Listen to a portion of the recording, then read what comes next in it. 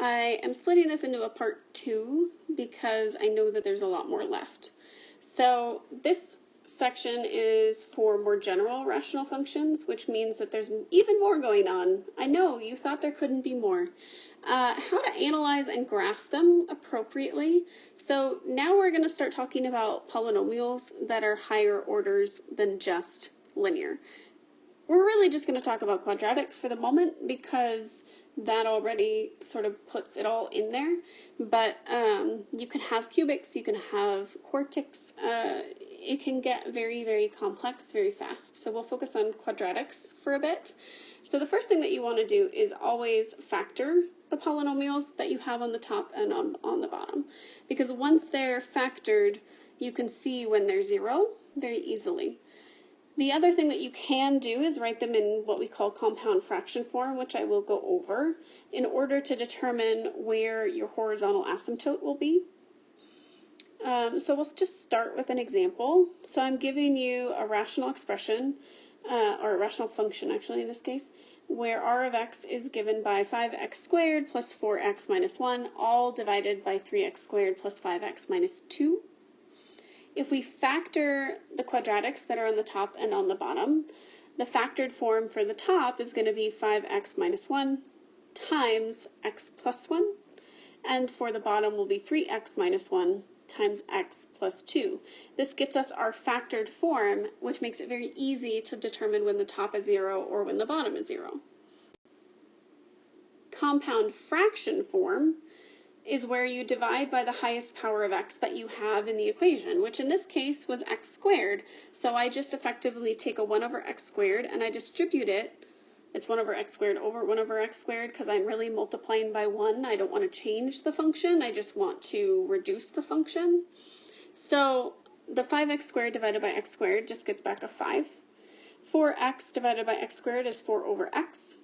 And a 1 over x squared, well, that's 1 over x squared. 3x squared reduces to a 3. 5x over x squared is 5 over x, and 2 over x squared is 2 over x squared, right? Now, as x gets really, really big, these guys, the 4 over x, the 1 over x squared, 2 over x squared, 5 over x, all of those get really, really small. When you divide by a large number, the value decreases towards 0. So, when we look at our end behavior, which is where our horizontal asymptote is usually approaching, we're looking for the value that it approaches as x gets really, really big. And if all of these terms go to 0, then we're left with a 5 over 3. So that's why I circled it in green. 5 over 3 tells us that we have a horizontal asymptote at y equals 5/3. Ta-da! Compound fraction form gets us our horizontal asymptote. Factored form allows us to determine our x-intercepts and our vertical asymptotes. So we'll start with the x-intercepts. The x-intercepts happen when your numerator is equal to 0, which we found out in the earlier video for this section, which the factored form for the numerator is 5x minus 1 times x plus 1. So when is that equal to 0? Well, it's equal to 0 if either of the factors are 0. So 5x minus 1 is 0 when x is 1/5, and x plus 1 is 0 when x is equal to -1, getting us x-intercepts for this particular function at 1/5 0 and -1 0. I mentioned the vertical asymptotes. Those will happen when our denominator is equal to 0, right? The whole point is we don't want to divide by 0. If we divide by 0, we get a vertical asymptote, right? So we look at our denominator, which is factored to 3x minus 1 times x plus 2. When is that equal to 0? It's going to equal 0 if 3x minus 1 equals 0, which gets us a 1/3.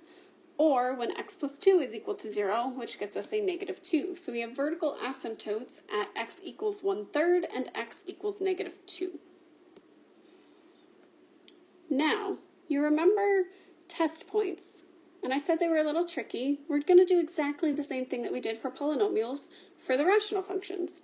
You check either side of all x-intercepts, but you also, something we didn't have with the polynomials, we check either side of all vertical asymptotes also.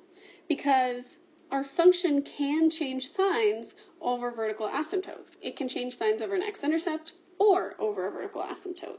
So we have to check between all of those things, which means that we need to check to the left of x equals -2, between -2 and -1, between -1 and 1/5, between 1/5 and 1/3, and then something to the right of 1/3, because we have our x-intercepts at 1/5 and -1, and we have our vertical asymptotes at 1/3 and -2.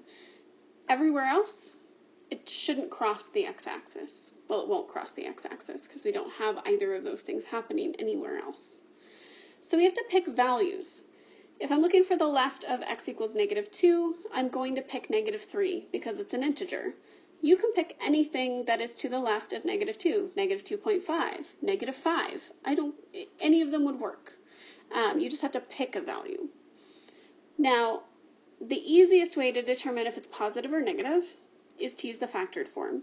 So if I substitute -3 into the factored form, then on top I have a -3 times a 5, which gets me -15, subtract a 1, that's -16. Okay, so I have -16 times a -3 plus 1, which is a -2, all over 3 times -3, which is -9, minus 1, that's a -10, times -3 plus 2, or -1.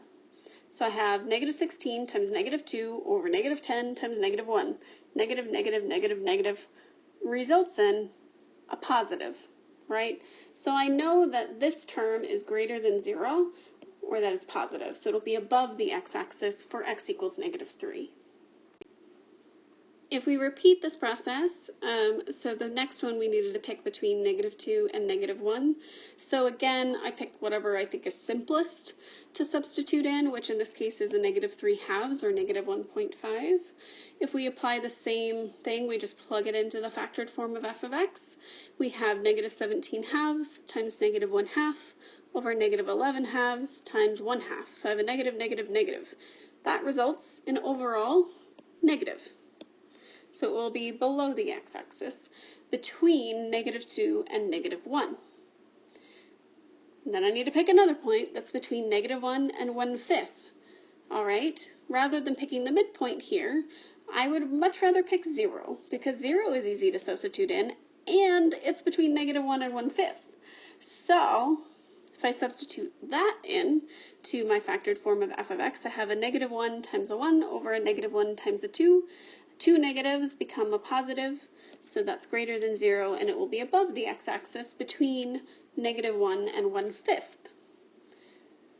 Still have more left. Between 1/5 and 1/3. 1/5 and 1/3. Naturally, I'm going to pick 1/4. That seems relatively simple to substitute in, and I know that 4 is between 3 and 5, so 1/4 is between 1/5 and 1/3. Substituting that in, we have 1/4 times 5/4 over -1/4 times 9/4. This is less than 0, which means it's negative, so it'll be below the x-axis between 1/5 and 1/3. Last one, something that is to the right of 1/3. Again, I naturally just pick the next integer, 1. I could pick 2. I could pick 4. I picked 1 because it seemed the simplest. Substituting that in to the factored form of f of x, I have a 4 times a 2 times divided by a 2 times a 3. All of those are positive, so the result will be positive. That tells me it's above the x-axis. I can simplify these fractions to get a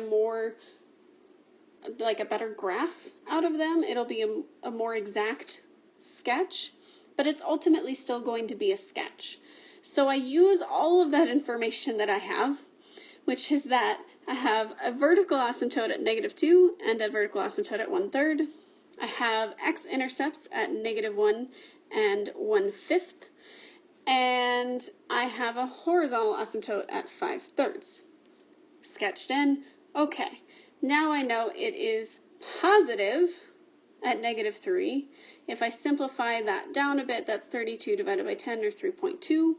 So I approximated 3.2 with this data point, and then I sketched in the general shape, knowing that it's not going to change signs, and it's going to approximate 5/3 as I go to -infinity. So that's what the green curve is here.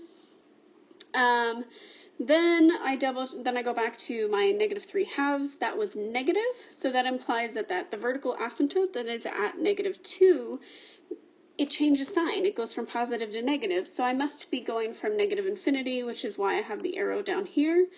And then it goes up and crosses the x-axis. I had an x-intercept at -1, so it has to pass through that. I plugged in 0, right, for my point between -1 and 1/5, and that got me a positive value. Specifically, it got me 1/2, so that's what that point is. And then I know that the next thing it does is at 1/5, it crosses the x-axis again. Okay, so it hits the x-axis there, and then based on my checkpoint of 1/4, I found out that it was negative, so it must go off to -infinity again, so I have the arrow pointing off to -infinity. Then there is a vertical asymptote at 1/3, right? And what I checked for x equals 1, which was something to the right of 1/3, is that I actually get 8/6, which is 4/3, so 4/3, which is less than 5/3. So this actually crosses my horizontal asymptote and then approaches it here.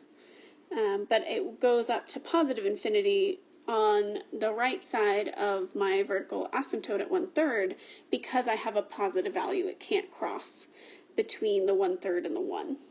Okay? Verify this graph with your calculator. You can substitute in the original function if you like, if that's the easiest for you.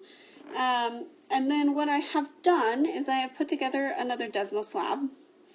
So student.desmos.com. The code for this lab is capital J, capital M, capital V, capital V, capital M.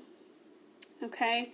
And in this lab, we will start, well, it starts with the same function that I just did, so you can see it and you can play with it a little bit.